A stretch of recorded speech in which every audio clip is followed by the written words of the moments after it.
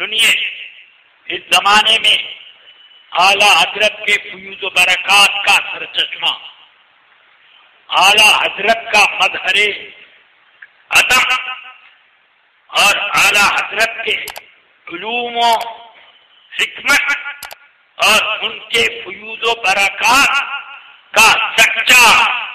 جانشین اگر کوئی ہے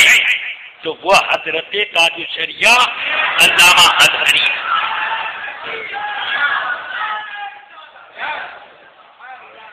ان کی پوری زندگی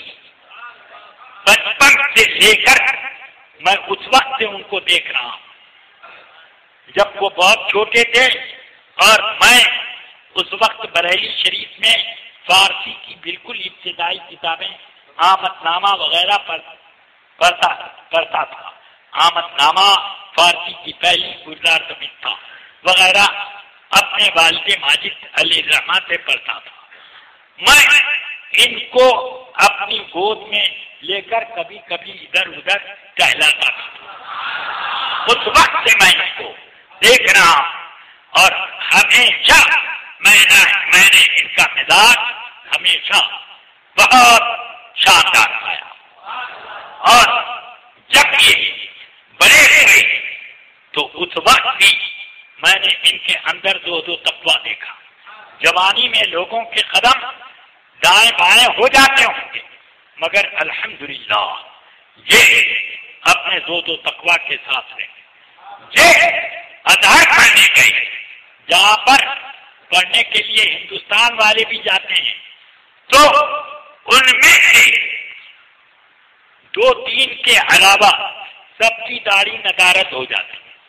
مگر ان کی داڑھی کا ایک بال بھی چھوٹا نہیں، یہ شان۔ تو یہ حضرت تاج الشریعہ اور ان کے بارے میں اعلیٰ حضرت کی وہ حضور سیدی مرشدی مفتی اعظم کی وہ تحریر